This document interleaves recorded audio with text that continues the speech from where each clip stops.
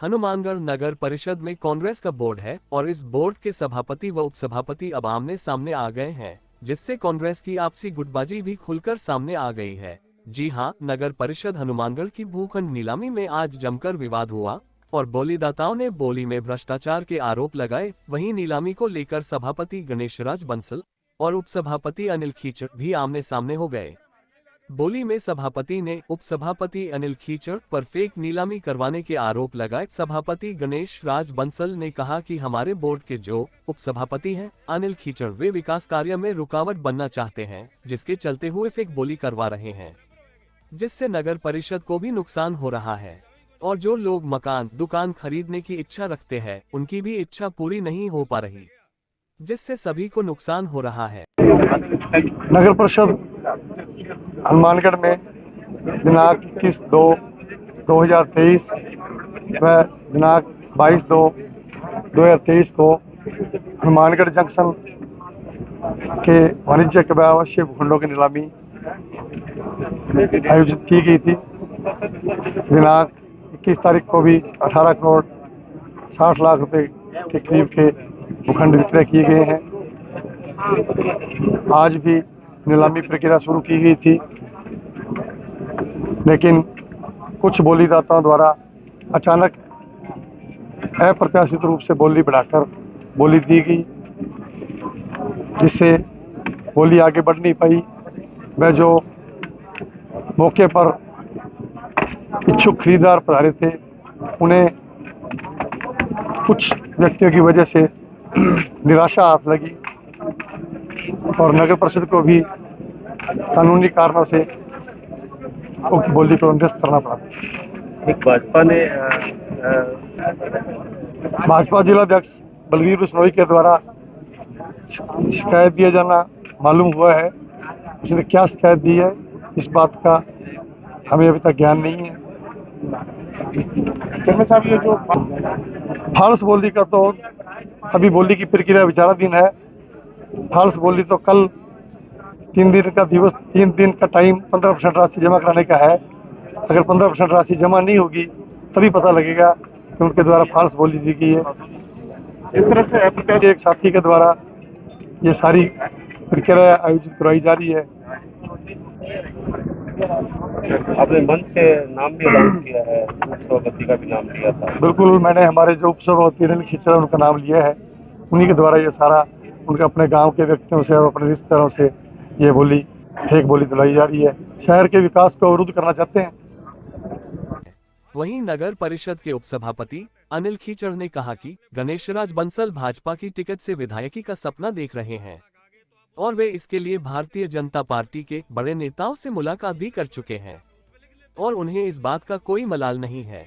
उनके लिए तो ये बढ़िया है, क्योंकि भाजपा के पूर्व मंत्री डॉक्टर रामप्रताप और गणेशराज बंसल की राजनीतिक लड़ाई जग जाहिर है।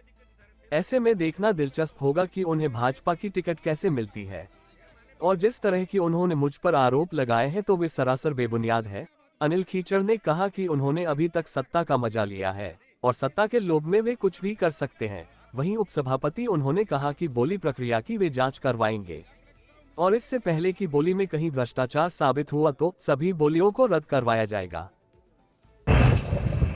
सभापति द्वारा यदि मेरे खिलाफ इस तरह का आरोप लगाया गया है तो वो बड़े ही निंदनीय है, क्योंकि सभापति जी के साथ मैं बीजेपी के राज से 4 साल लड़ाइयाँ लड़ी है। उनका कंधे से कंधा मिला के मैंने हमेशा साथ दिया है।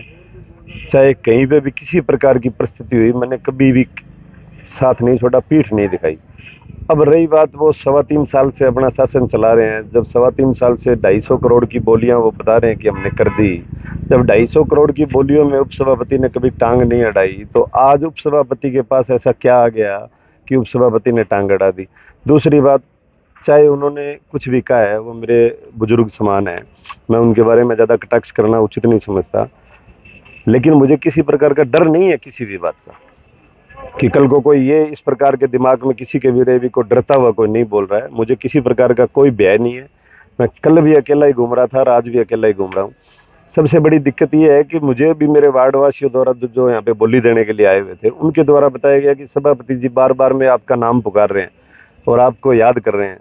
तो जैसे ही मुझे सभापति जी ने दिल से याद किया, मैं यहाँ पे आ गया। और जब से मैं आके बैठा हूँ, लगभग आधा घंटा मैं यहाँ पे मौजूद रहा हूँ।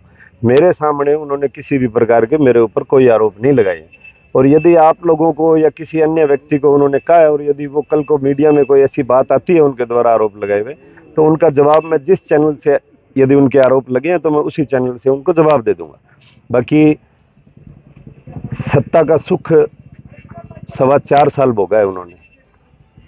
वो पहले भाजपा में भी रहे, वो कांग्रेस में भी रहे, वो निर्दलीय भी रहे, लेकिन फिर भी हम लोगों ने बड़ा दिल करके उनको अपने साथ मिलाया। मैंने अपने घर के जो 2 वोट थे पूरे मान और सम्मान से दिए। हम 41 आदमी आए थे, 41 के 41 वोट पोल हुए। दूसरा दिन मेरा आया, वाइस चेयरमैन का चौधरी विनोद कुमार जी ने मेरा नाम निकाला, उनका मैं आज भी तहे दिल से आभारी हूँ। उस टाइम भी बहुत बड़ी राजनीति हुई थी। मेरे, आपको याद होगा, अभी 5 वोट क्रॉस हुए थे और 1 वोट जो था निरस्त हुआ था। तो मेरे वाले में 41 नहीं आए, इस बात का मैंने कभी विरोध नहीं किया।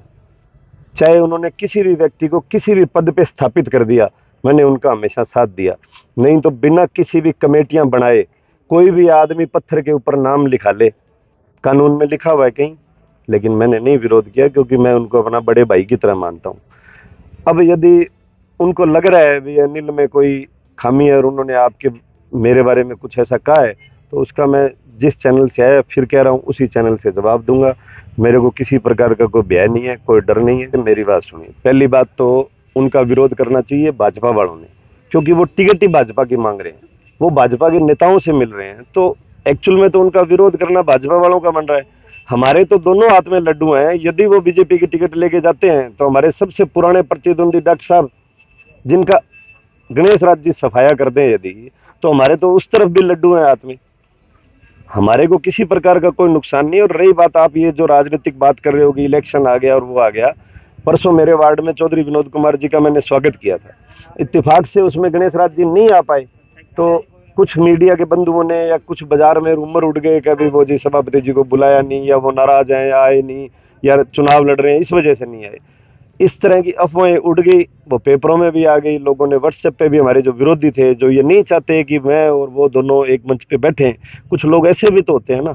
जिस तरह से आज बोली प्रक्रिया में सभापति और उपसभापति आमने सामने हुए हैं, उसे साफ है कि कांग्रेस में सब कुछ ठीक नहीं चल रहा है, क्योंकि उपसभापति विधायक चौधरी विनोद कुमार के नजदीकी हैं।